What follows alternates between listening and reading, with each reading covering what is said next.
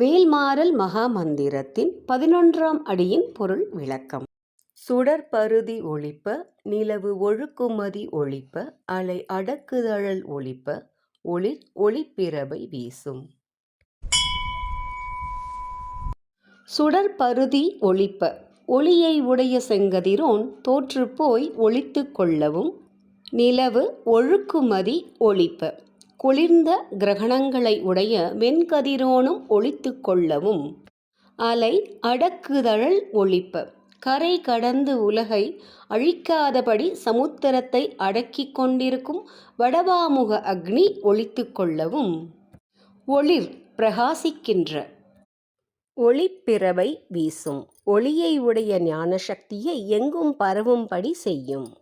வேல்மாறலோட இந்த 11ஆம் அடியில் வேலோட ஒளியின் சிறப்பை பற்றி சொல்லியிருக்காங்க. இந்த வேலோட ஒளியோட பிரகாசத்தை பார்த்துட்டு ஒரு 3 சக்திகள் ஒழிஞ்சு கொள்ளும் அப்படிங்கிறாங்க. இதில் முதல் சக்தி இந்த உலகத்துக்கே ஒளியை கொடுக்கிற கதிரவன். 2ஆம் சக்தி இரவுல ஒளியை கொடுக்கும் நிலவு. 3ஆவது சக்தியாக என்ன சொல்கிறாங்க அப்படின்னா வடவாமுக அக்னி அப்படின்னு சொல்கிறாங்க. இந்த வடவாமுக அக்னி கடலுக்கடியில் பெண் குதிரை வடிவில் இருக்கிற ஒரு அக்னி. இந்த வடவாமுக அக்னி கடல் கரையை கடந்து உலகத்தை அழிக்காதபடி அடக்கி வச்சிருக்கோம் அப்படின்னு சொல்கிறாங்க. இந்த வடவாமுக அக்னி மிகுந்த பிரகாசமாக இருக்கும் அப்படிங்கிறாங்க. இந்த வடவாமுக அக்னி கூட அந்த ஒளியோட பிரகாசத்தை தாங்கிக்க முடியாமல் ஒளிந்து கொள்ளும் அப்படிங்கிறாங்க. இதோட உட்பொருள் என்ன அப்படின்னா, இந்த வேலோட ஒளி நமக்கு ஞான சக்தியை கொடுத்து நம்மை எங்கும் பிரகாசிக்கும்படி செய்யும் அப்படிங்கிறது தான்.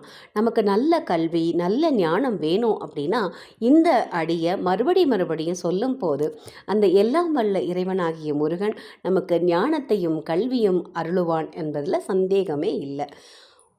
ஓம் முருகாச்சரணம். உங்களுக்கும் சொல்லணும்னு தோணுச்சுன்னா ஓம் முருகாச்சரணம் அப்படின்னு கமெண்ட்டில் பதிவிடுங்க. சுடற்பருதி ஒழிப்ப, நில ஒழுக்குமதி ஒழிப்ப, அலை அடக்குதழல் ஒழிப்ப, ஒளிர் ஒளிப்பிரபை வீசும்.